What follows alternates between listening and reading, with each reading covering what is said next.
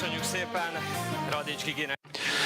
And a heartfelt thanks go to Radic Gigi. So it was an uplifting experience to listen to her singing both the anthems. Dear Patriots, the host of today's event is arriving, who has been a politician for nearly 40 years, as a courageous member of the opposition as early as the second half of the 1980s, before the fall of the Iron Curtain. He dreamed of a sovereign Soviet influence-free world, and did a great deal to ensure that after 40 years of communist socialist destruction of the country of Hungary, 1990, the regime change would finally take place. Since then, he has spent a total of 5 terms, that is 20 years, in the Prime Minister's office. A true patriot whose political mission, standing up to the globalist establishment, his illiberal thinking and remarkably bold political ideas are increasingly viewed as an example to follow by politicians around the world. The influence and power of the Alliance of Patriots for Europe, which he founded, are growing steadily. It has been 10 years since, in the summer of 2016, he was the only Prime Minister in the European Union to express his support of President Donald Trump's policies. Today, he is one of the U.S. President's closest allies and friends, thanks to which we are experiencing a golden age of American-Hungarian relations. Ladies and gentlemen, Hungary's Prime Minister, Viktor Orban.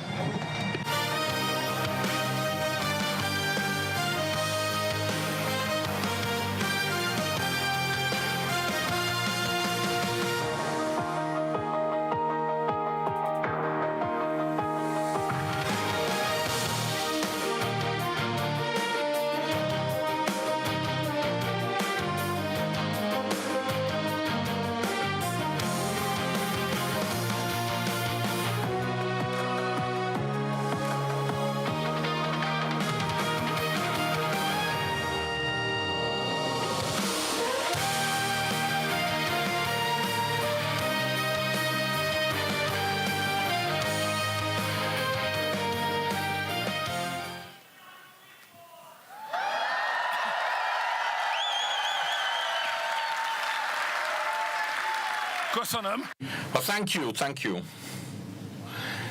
Esteemed Vice President, esteemed American friends, esteemed celebrating crowd, I would like to warmly and respectfully greet the Vice President of the United States of America. Welcome to Budapest, Mr. Vice President. I thank you all for accepting our invitation and for celebrating together with us the Day of Hungarian-American Friendship. There is a saying in Hungary which goes like this: a man is best characterized by his friends. We are very happy and we are very grateful to the divine powers that be that we have such an important man as our friend. And the eagle has landed in Hungary, as they say, and the ancient Hungarian bird, the turul bird, welcomes the eagle here in Hungary. I think we have not ever had in our history such a joint day. This is not a simple diplomatic event. This is a meeting point, if you wish, of the struggles and the hopes of the two peoples, the golden era of Hungarian-American relations, and the political and business outcome of this relationship is not a cause, but is a consequence. The basis of Hungarian-American friendship is civilizational and is spiritual in nature. Two freedom-loving people meet here today. Who would love their freedom better, more than the Americans? The United States of America is a country born in a freedom fight. They're fighting a globalist empire to be free. They built themselves a huge country They needed only, 250 years to build this country. So may the United States of America be happy and celebrate on their 250th anniversary. And who would love freedom more than Hungarians? There is no other nation in Europe which has had more empires that wanted to occupy them than the Hungarians. Every time someone wanted to oppress us, we stood up with the sword, with bloodshed, sometimes with enduring work, but we fought against every oppressing empire. We didn't win every freedom fight of ours. Our 1,100 years of history is testament to the fact that our struggle was never in vain. The conquerors are no longer there, and we prevail. We are still here. We're still alive. We are alive, we are prospering, and everything is given to make us the winners of the next century. And we believe that this is going to be the century of Hungarians. Distinguished ladies and gentlemen,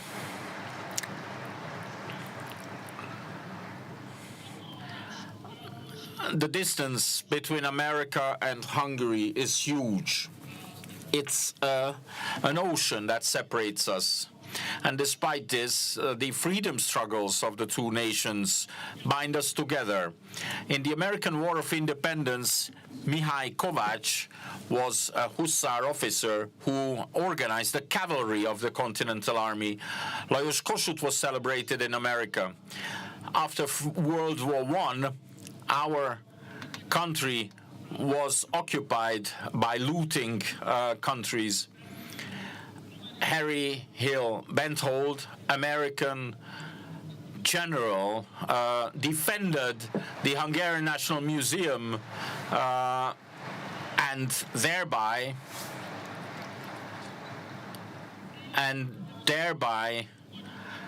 made it possible for us to keep our treasures and for the treasures to be not stolen. The general's statue is still there at Freedom Square in Hungary. And we also respect Ronald Reagan as a hero, because he decided that he's going to win the Cold War and that he's going to liberate the peoples of Europe from the Soviet occupation. And not only did he decide, but he launched this effort. And he allowed us to return to the freedom-loving peoples. Praise be to Ronald Reagan. Esteemed Mr. Vice President, Bartók, Teller, Neumann, Kertész, Cukor, Pulitzer, and all the others are people who desired freedom, so they found a home in the new world. They became successful in your country and brought fame to their new and their old country alike. And I personally also remember quite well the decisive role of President Bush in allowing us to end communism and to send home the Soviet soldiers. In 1989, he not only visited Budapest, but he also made it a condition that the reburial of the victims of 1956 had to be organized, and that led us to the reinstatement of democracy and freedom in Hungary. We thank him for that.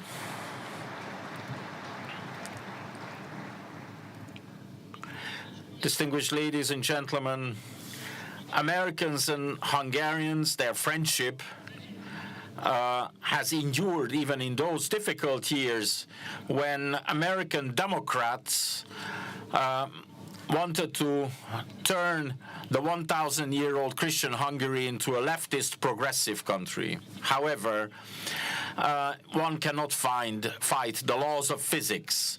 Freedom-loving people cannot be converted and to liberalist ideologies. The same thing will happen always. We will still be here and they are nowhere. And the Hungarian-American friendship is shining again in its old glory.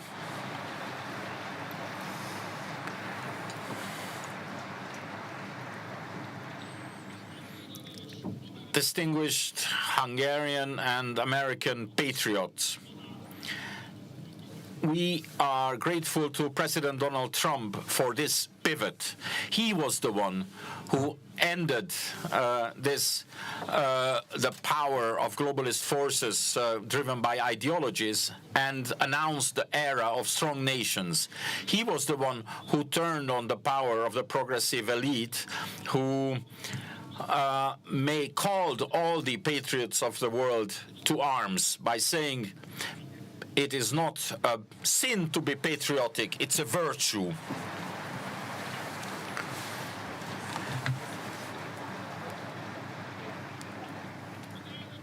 The president has shown that patriotic policy is also successful, can be successful government practice. During his presidency, America has again placed its own interest in the first place and has given back the honor of national politics.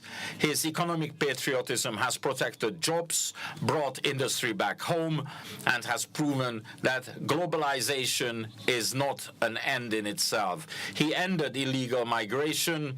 He dusted off the old act. Without borders, there is no country. Without sovereignty, there is no freedom. We have every right and every reason to send our best heartfelt wishes to the American president and wish him a lot of success.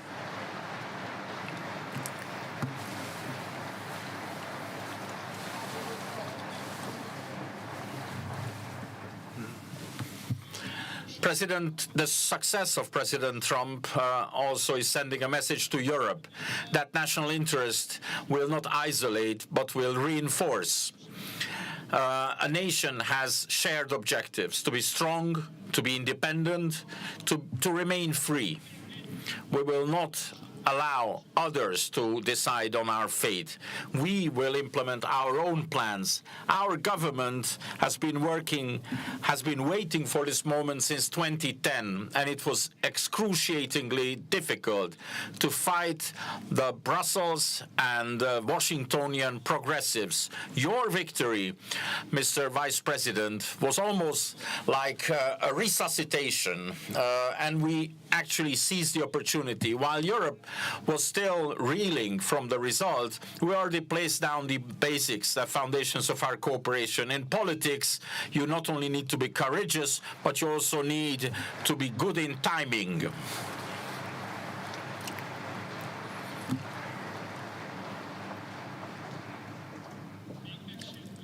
And one needs to also know how to be hurt. You don't have to be hurt when you have a reason, but you have to be hurt when it's worth. We are visa-free to travel to America. We are cooperating in economy, in defense, in high-tech, in innovation. We have launched joint programs in energy. And it's so simple. Two sovereign nations are thinking and working together to make this world a better place for our people. And the basis for this is provided by our love for freedom. My dear friends, beside the president, there is also somebody without whom we could not be standing here today. This man is actually and soon going to be standing here next to me. It is indeed Vice President Vance. In his person, we have secured a very special friend.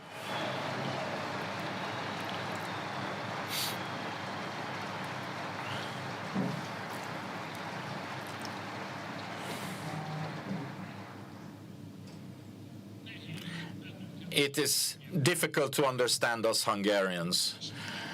It is not only about knowledge, you also need patience with us Hungarians, because we are an ancient nation, and similarly to Americans, we also consider ourselves to be exceptional.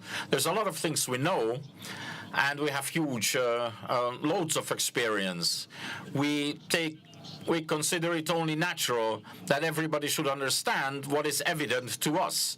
Therefore, we don't pay too much attention to actually making others understand us. If they don't understand us, all the worse for them. Furthermore,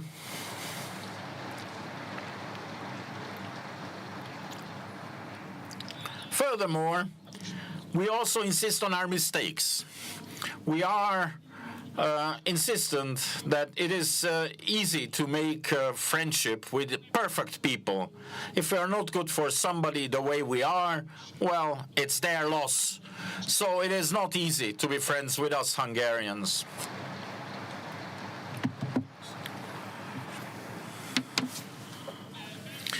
But Vice President Vance is actually doing quite well, because he understands the old Christian prayer, don't look at our sins, look at the fate of the church. And this is especially true for us Hungarians.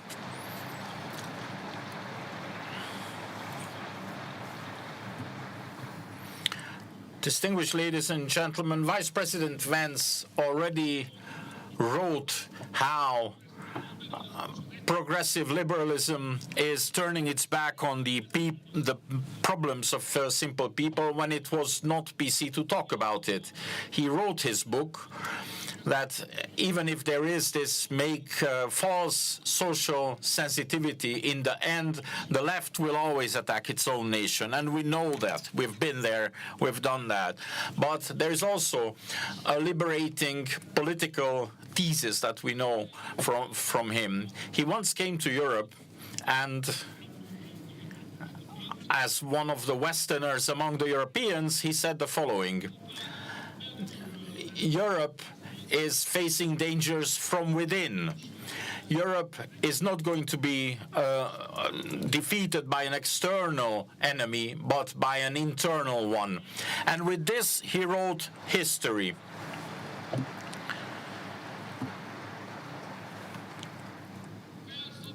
He liberated in Europe the intellectual and political forces that were wearing and suffering from the muzzle of political correctness. So, viva, viva, viva.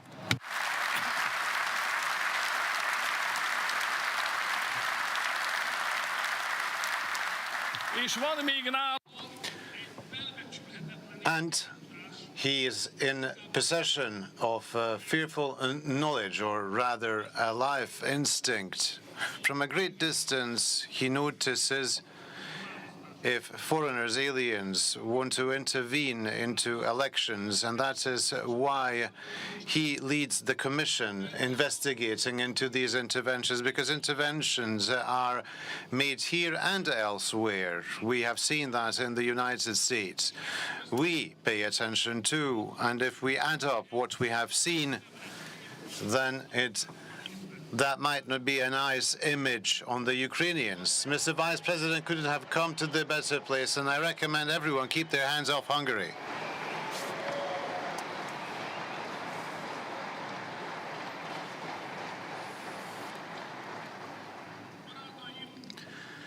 Dear friends, the other idea of Mr. Vice President is that progressive notions hogtie people. They hold back performance. They attack the values that once made our nations great.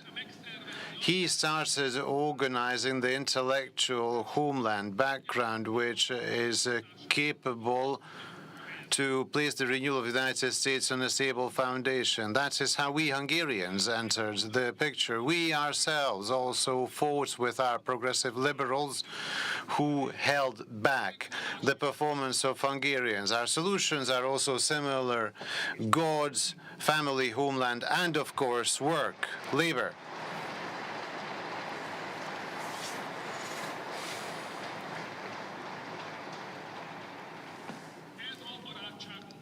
This is the foundation of our friendship. Mr. Vice President, therefore it is dignified and justified that we can celebrate the Day of Hungarian-American Friendship in your presence.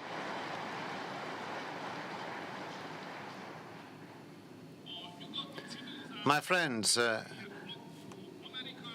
for the Americans and Hungarians who are worried about the future of Western civilization, they share a problem in common, and that problem is called Brussels. The progressive forces of the Western world have lost two important battles. First, they lost in Hungary, which opened the way for the other Central European countries. Then they received a massive blow. They lost overseas thanks to President Trump, Vice President Vance, the Republican Party, and the American people. They have drawn back from there.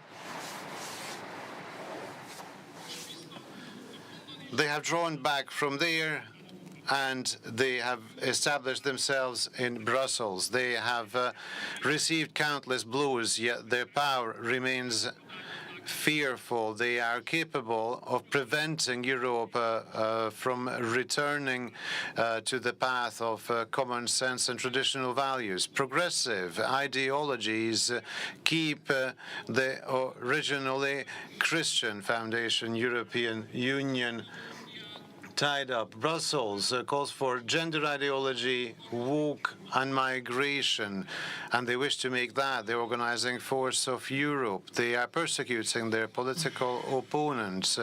They use the institutions of the European Union to silence everyone who endangers their power.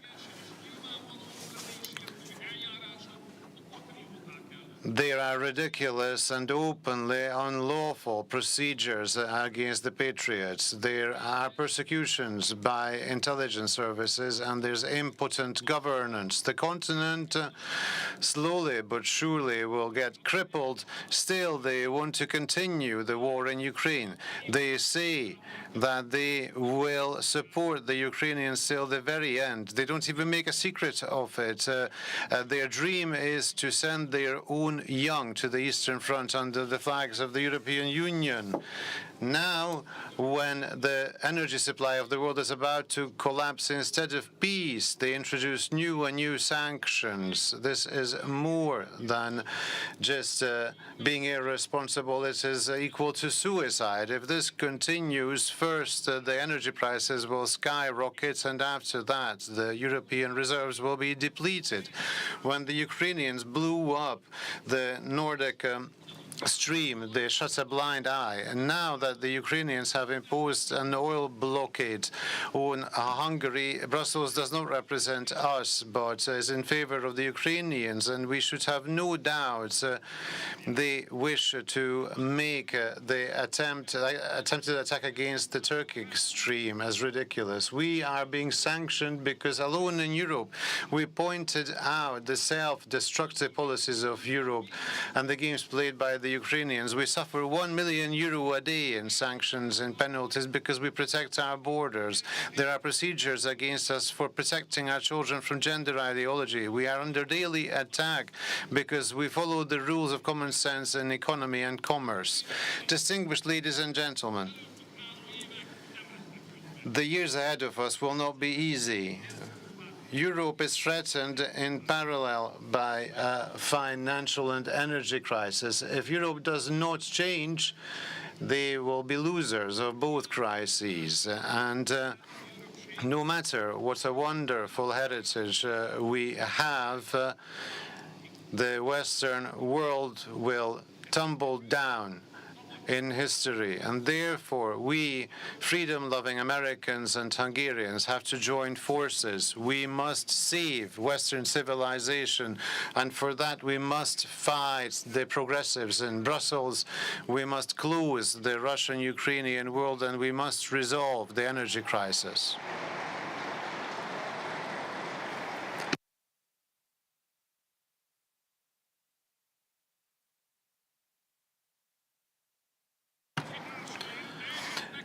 Fellow Hungarian countrymen, we Hungarians for that must perform a task that no one else can do instead of us. On Sunday there will be elections in Hungary, and these elections are not only about us. At these elections, it is a future and a fate, a destiny that we choose for ourselves. This election is about what path we wish to continue on. One path leads to a world where we lose our independence, where we are torn from our friends, and where eventually we shall become insignificant, where they would order us to take up arms, send soldiers to the war and send money to Ukraine.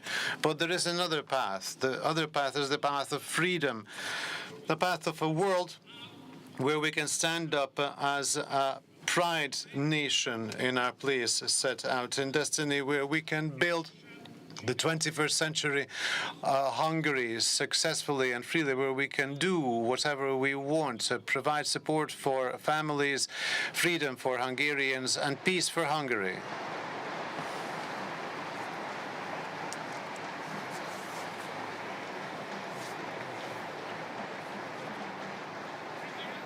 And for that reason, from here, I ask you, I implore you that we stand up for freedom, we stand up for our nation, we stand up for our future, we stand up for the peace and security of Hungary, because if we do not do so, no one will do that instead of us. But if we do it, and if we prevail, then, my friends, we shall be capable of wonderful things. It shall be from here, Hungary, that the reconquista of Europe will start, which will put in power new patriotic governments, and the power will be established, which after Washington, D.C. will change Brussels, and from the headquarters of the progressives will turn it into a bastion of patriots. God bless Hungary. God bless the United States.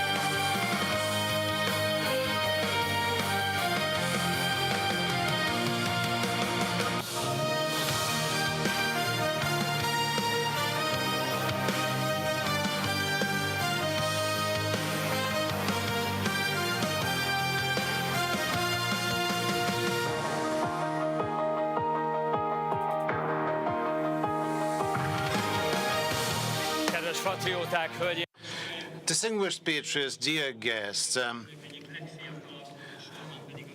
one of the youngest vice presidents in the history of the United States, and the 50th, JD Vance, is up next.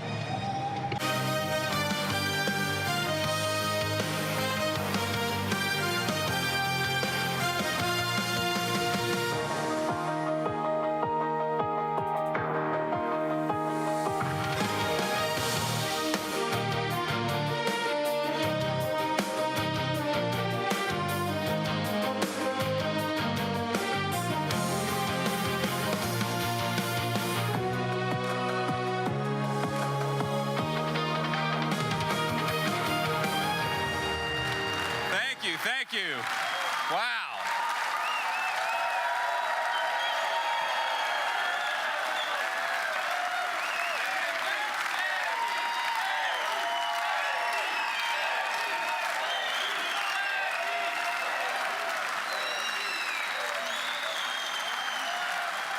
Thank you. Please, please.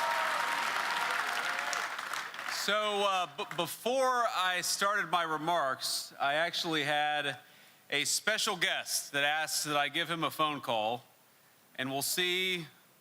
Let's hope he actually answers. So this is going to be very embarrassing. All right. I'm sorry, the person you were trying to reach has a voicemail box that has not been set up yet. Okay. Try one more time.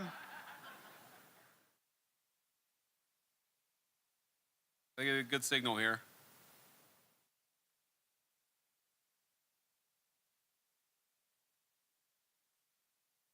It's ringing. It's progress.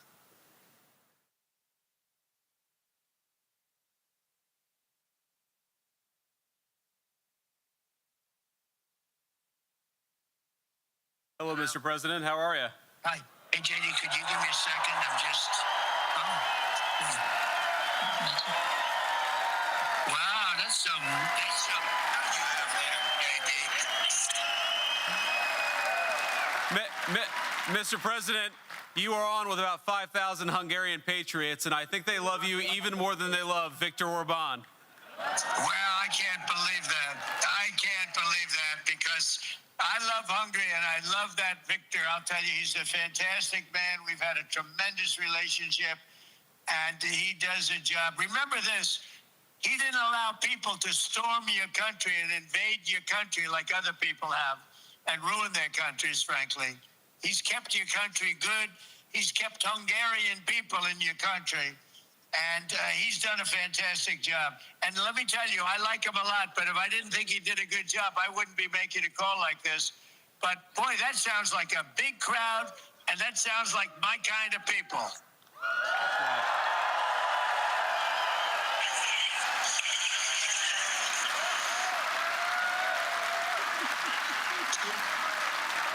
What a crowd. JD must have made a very good speech to get this kind of a response. I guess. How did JD do? Did he give a good speech, everybody? It's very early, sir. It's early. Okay, well, I just want to tell you, I'm a big fan of Viktor. I'm with him all the way. The United States is with him all the way. And it's a real honor to talk to you. You're really incredible people with great enthusiasm and brilliance, because you're brilliant people. And I really love it. You have a man that kept your country strong, and he kept your country good. And you don't have problems with all of the problems that so many other countries have because they let their countries be invaded. And you don't have that problem because of Viktor Orban. That's the only reason you don't have that problem. There was a lot of pressure on him to do it, and those other countries made big mistakes. So I wish you a lot of luck, and I love you all. Thank you, Mr. President.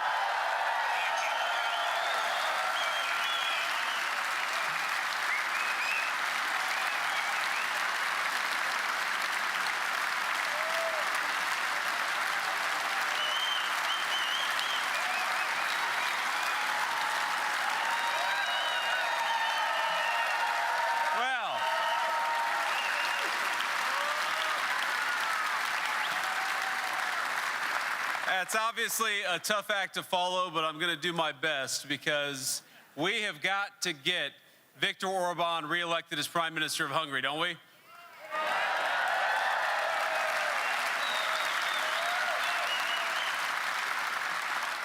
Now, this is actually my second trip to Budapest, but the first as a public official. Then I was younger and less gray, and my wife, our beautiful second lady, was pregnant with our second child. Now,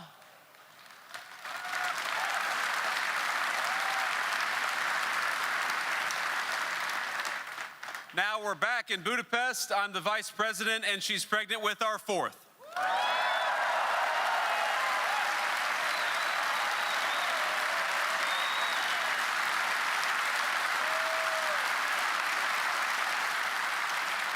And during our official meeting with the Prime Minister, I asked him today whether we could benefit from some of those generous family subsidies. But he said, unfortunately, Mr. Vice President, they're only for Hungarians.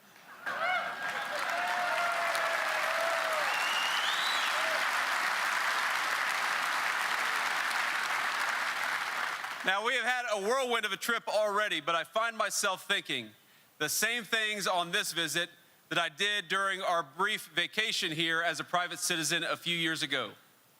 Budapest is a beautiful place. It was built by people, your ancestors, who used its beautiful architecture and landscape to lift up the human spirit.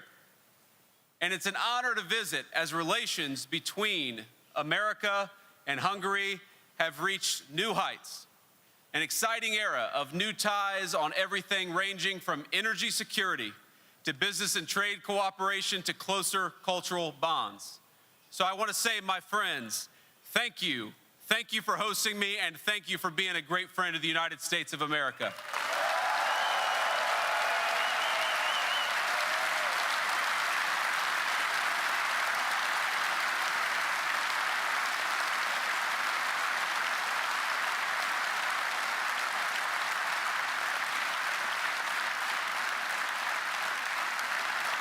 This evening, I wish to address every man and woman in Hungary, young and old, citizens of every region, of every age, and of every background. I want to speak to the mothers and fathers of Hungary, to the grandparents who recall the dark days of communism and those first lights of freedom, to the hardworking families who strive to give their children happy and healthy lives, to the young men and young women who seek to start families and careers themselves, and to everyone in this audience specifically, the young, bright, patriotic Hungarians who care passionately about this strong nation and its future. I am here for a simple reason, because I admire what you are fighting for. You're fighting for your freedom, you're fighting for your sovereignty, and I am here because President Trump and I wish for your success, and we are fighting right here with you.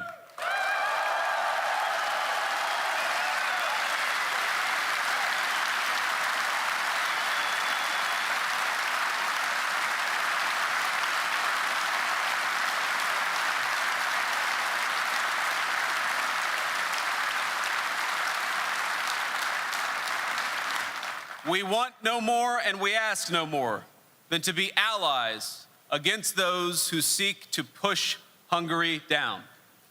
And you have drawn the attention of the American people, really people all across the world, because Hungary has been on the front lines of such foes. In 2016, when the rest of Europe threw open its gates, you said no. When strange activists came to tell you to erase your heritage, you said no. And when a war erupted in your neighborhood, you were kind and generous. You opened your neighborhoods, your homes, and your hospitals. But you never forgot the needs of your own people and why to Hungary, Hungarians must always come first.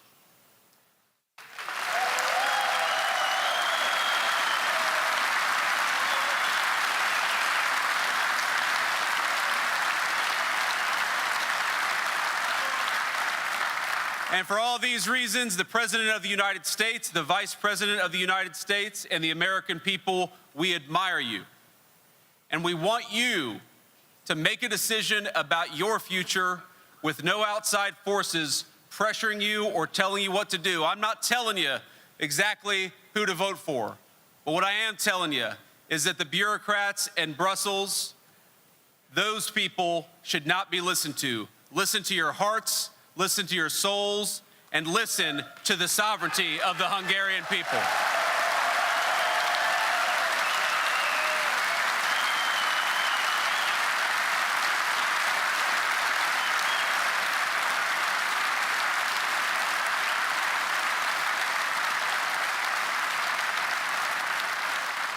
Unlike some of the leadership of Brussels, I'm not threatening you or telling you that we're going to withhold funds to which you're legally entitled. You will make the decision about Hungary's future, just as my fellow Americans will make the decision about America's future. So I come here not in the spirit of telling you what to do, I come here in the spirit of friendship, to offer a few observations about our shared civilization and how we can advance it together. You have advanced that civilization boldly in recent years, and you have done so with Viktor Orban at the helm of a proud Hungarian nation.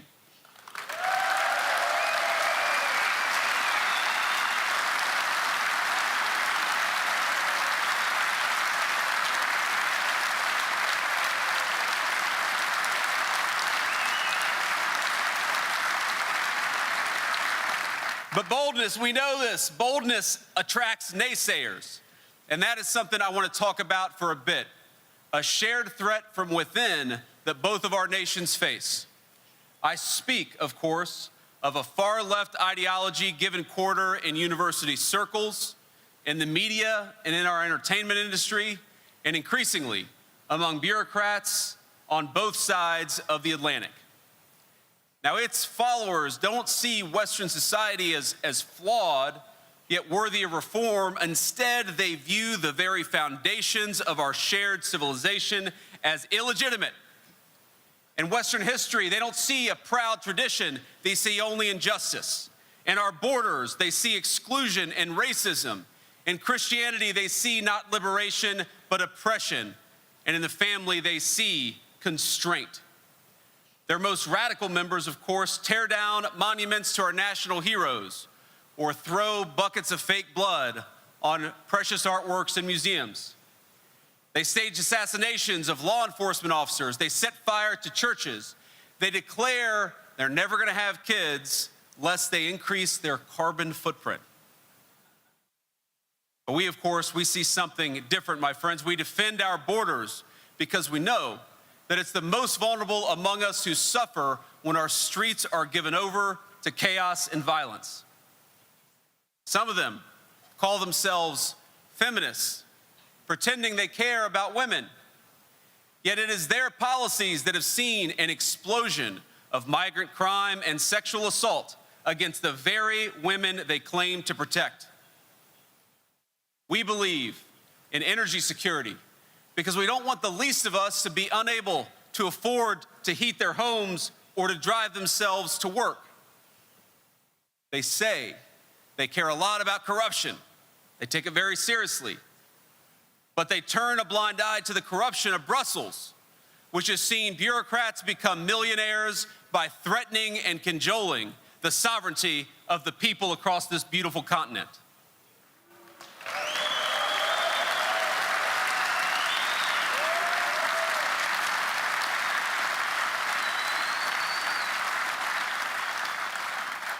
Now, you all know this, much has been made about our administration. The European press asks constantly, do Trump and Vance, do they have something against Europe? Let me be clear, we love Europe. We love it.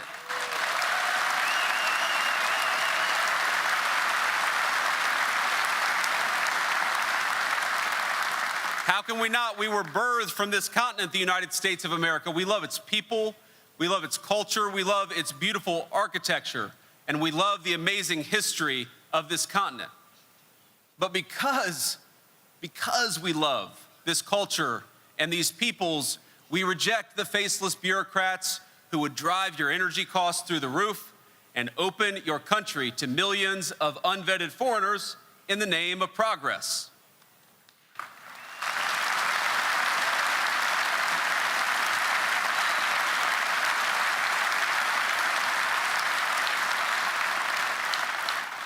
And in Hungary, I actually see real progress under a man named Viktor Orban.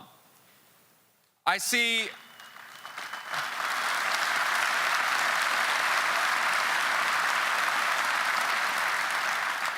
a trading partner who will bring in record investment from the United States of America. We've invested more in Hungary than we ever have in our history. I see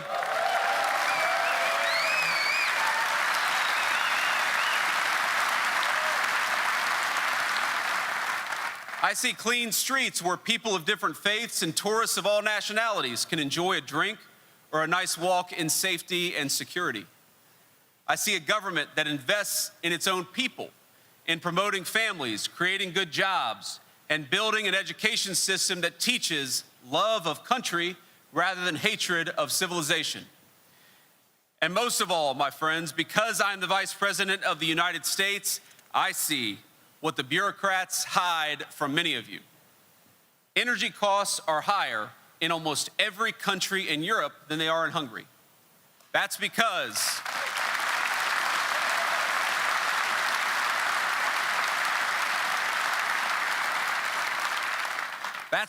Viktor Orban has fought for energy security while most European political leaders have not.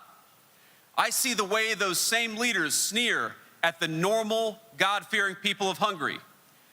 I see how they call the people of Hungary and America backwards for wanting cheap electricity bills.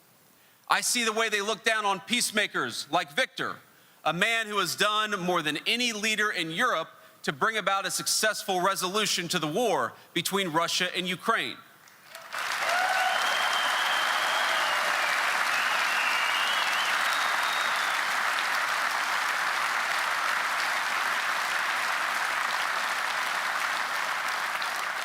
I see the way they look down at, they scoff at European and American peoples who want job security and control of migration. And most of all, I see that those who hate Europe the most, who hate its borders, its energy independence, the people who hate its Christian heritage, they hate one man above all others, and his name is Viktor Orban. And if they hate him, it means he's on your side.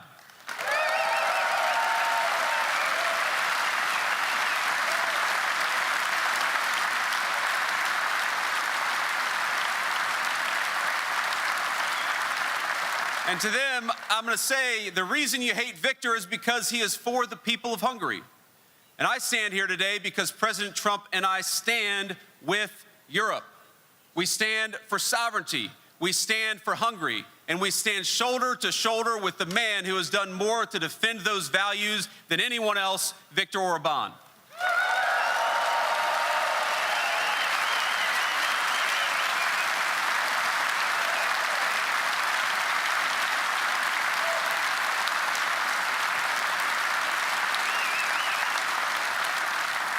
You know, the leaders of this country, perhaps more so than any other across Europe, understand that Western civilization, so despised by the left, it's not something that's self-sustaining. We can't sit on our hands and expect that everything is going to be fine. Our civilization, we've got to work at it. We've got to renew it. We've got to defend it. The people in this room understand that sovereignty and national identity are not problems, they are a necessary part of the solution. And when one country protects its sovereignty, even a country of 10 million people in the heart of Europe, it raises uncomfortable questions for those who insist there is no alternative. There is an alternative, and it's right here in Hungary.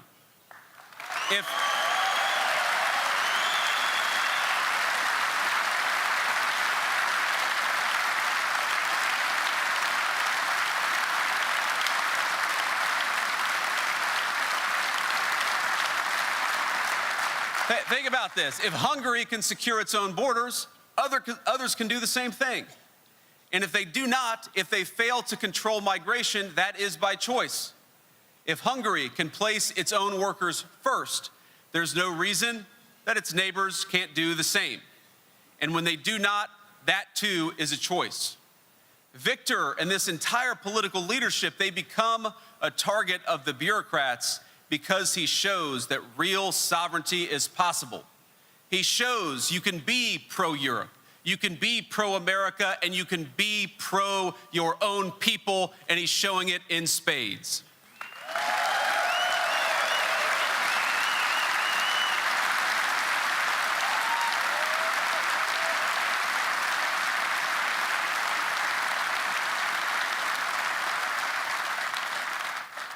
And you all know this, but we're not just protecting our own people, the citizens of our respective countries, we're protecting the ideas that allowed those people to flourish for hundreds and sometimes thousands of years. We just celebrated Easter, of course, all of us. And for 2,000 years, our civilization has been shaped above all and beyond all by the sacrificial love of Jesus Christ.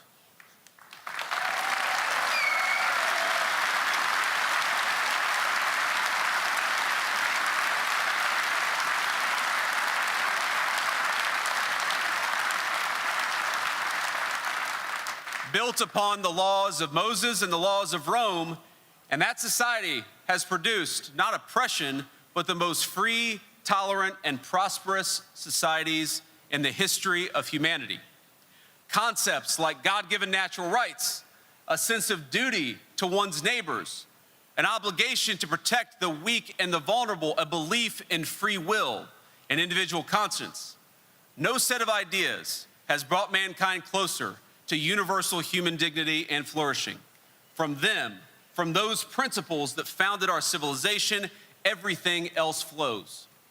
The way we pray, the way we form and raise our families, our sense of law and order, and the way we dispense justice. These are truths rooted in Scripture, but let's be honest, not every society shares them.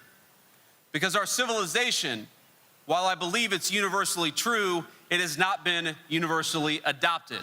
It is not the default state of human existence. The greatness of London or Munich or a picturesque village on Lake Balaton, it's easier to take for granted when it's the world you already live in. But that world didn't spring from nowhere. It had to be built. Every brick of that beautiful Parliament building here, every span of bridge across the Danube, every law, every custom, all belong to work of generations built over time. But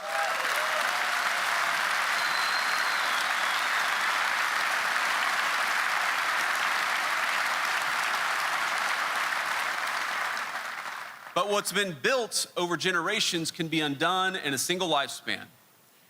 That means that what our ancestors built, we're proud of it, and we love them, we must protect. I think this audience, this group of people, uniquely understands the stakes. Because the story of Hungary, I saw this when I was here a few years ago, I've seen it again today, is of a people who have repeatedly prevailed over those who would erase their sovereignty. And in that process, those people tried to erase what makes Hungary so special to begin with.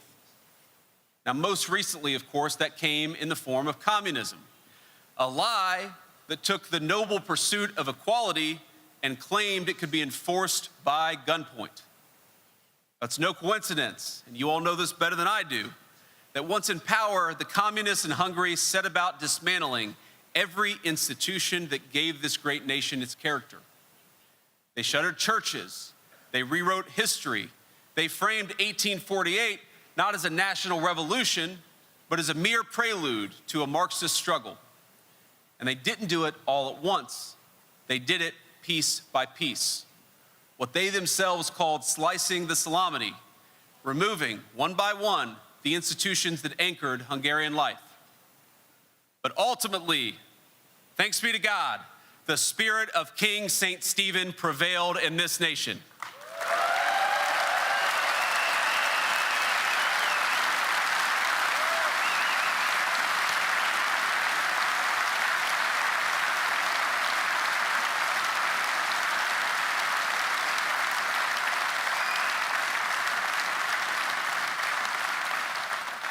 And today, what I'm asking is very simple. I want us all to renew that spirit together. For again, we see sovereignty challenged in Hungary. Again, we see faceless bureaucrats in faraway countries telling you how to live, how to pray, how to speak, and how to govern yourselves. But you have a choice. Do you bend the knee to tyranny, or do you proudly stand with St. Stephen and choose a real leader this weekend?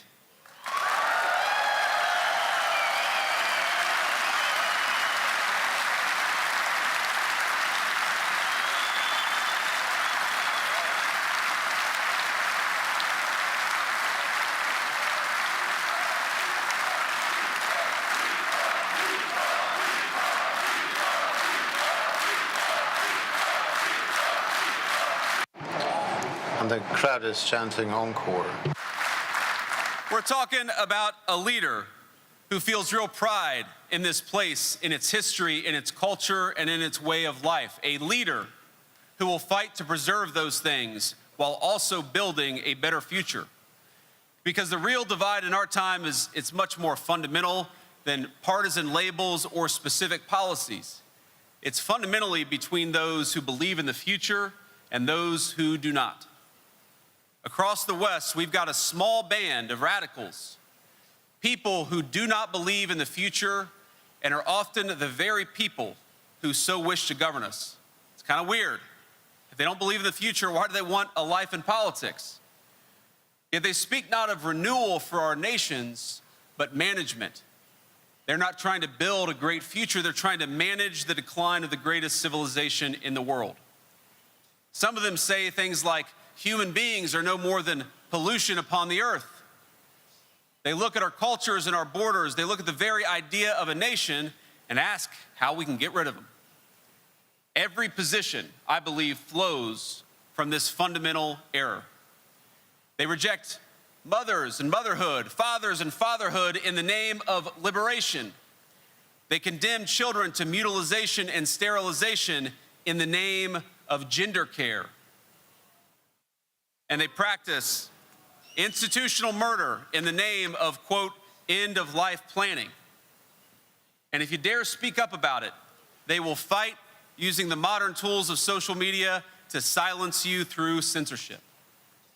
We understand that we have a sacred duty to protect life, to defend the value of our people's hard work, to invest in our workers, our families, and our industry.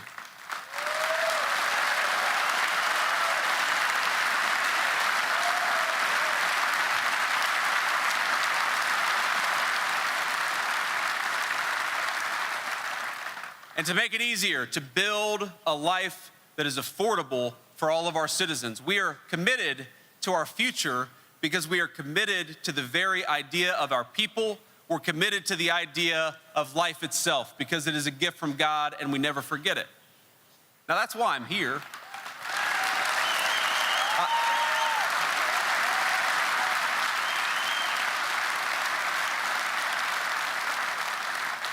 That's why I'm here, ladies and gentlemen. That's why President Trump sent me to stand here with Viktor today, something I'm very proud to do.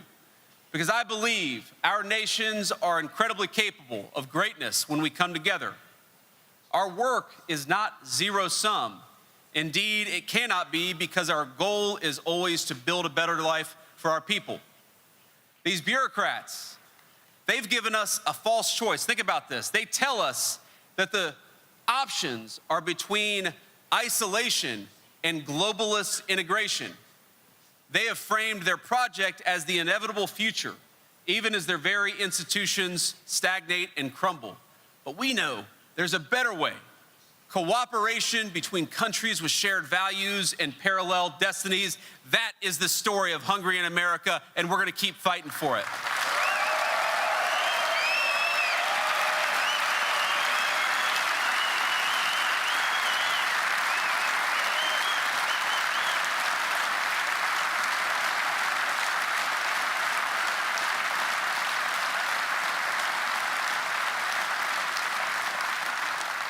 A lot of you may not know this, but this is the story of a much longer Hungarian-American friendship.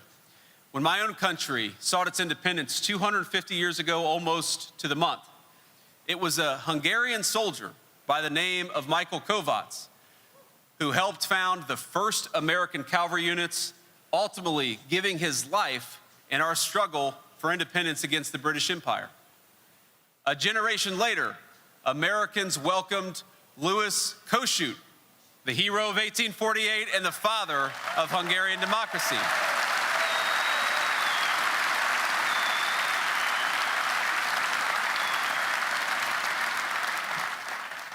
Now, Kossuth was greeted in the United States like a rock star, much better than a politician. His arrival in the more general cause of Hungarian independence, it captured the imagination of our young nation. He received the distinction, the second foreigner ever in our nation's history after Lafayette, to address a joint meeting of Congress. And his bust stands in the United States Capitol to this very day.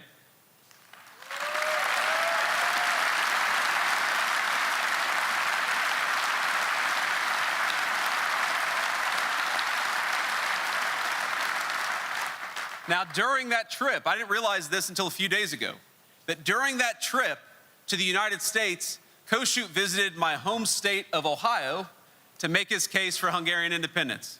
We have some Ohio fans over here, that's good.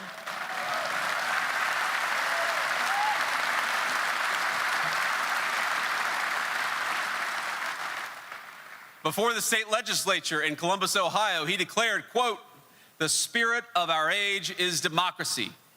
all for the people and all by the people. Nothing about the people without the people. My nation.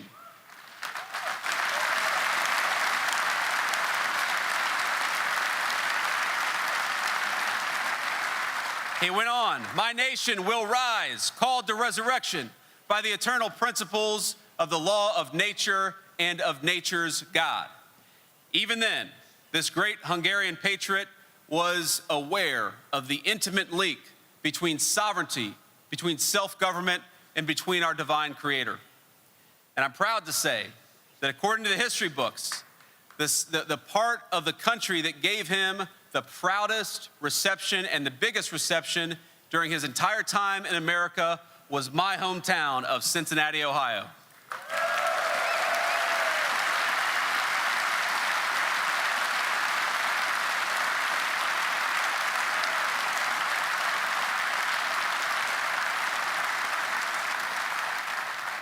You have to imagine this, and you tell these stories and you think, how can the bureaucrats think that we're not capable of self-government and choosing our own destiny?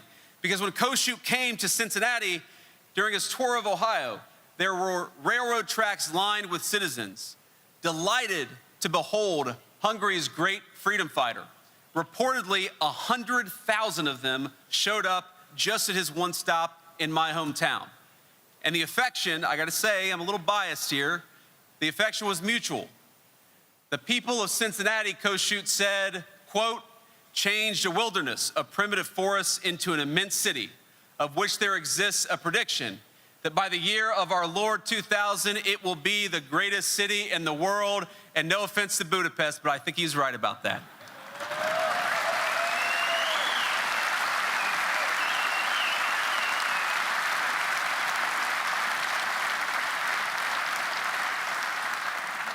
But it tells you something very real, that when Kossuth looked at the United States of America, he didn't see something radically different. He saw something familiar.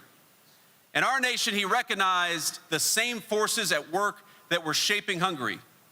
People building something of their own, out of wilderness, with purpose, conviction, and a deep belief in where they came from and what they were called to do.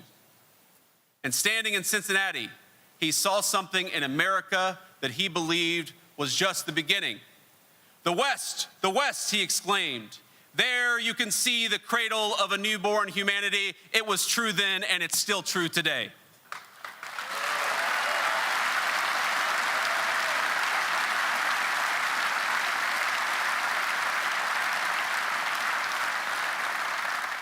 But America, like Hungary, was not a place just of rest.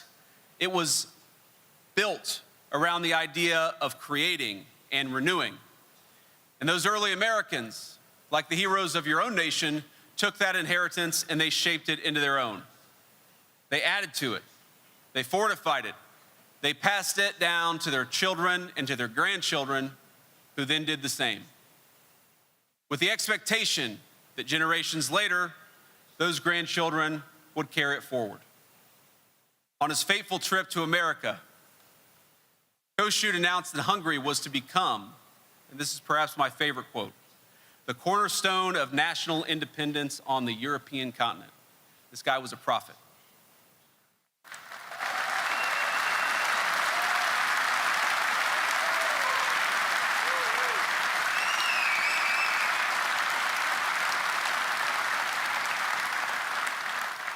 Kossuth called this the cornerstone of independence, the cornerstone of sovereignty on the European continent. And though he didn't live to see it become so, I declare that prophecy is true today in 2026.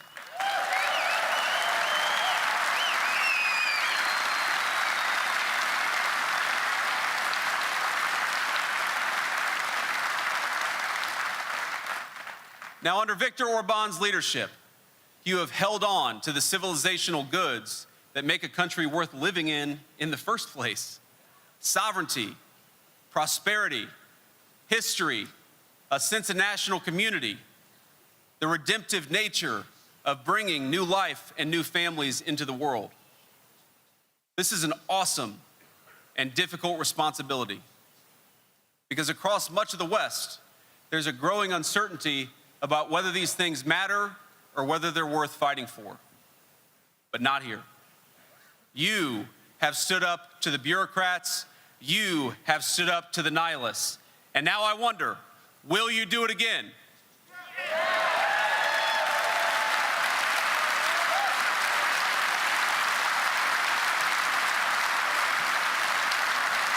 Will you stand against the bureaucrats in Brussels? Will you stand for sovereignty and democracy? Will you stand for Western civilization? Will you stand for freedom, for truth, and for the God of our fathers? Then, my friends, go to the polls in the weekend, stand with Viktor Orban because he stands for you and he stands for all these things. God bless Hungary and God bless the United States of America. Thank you.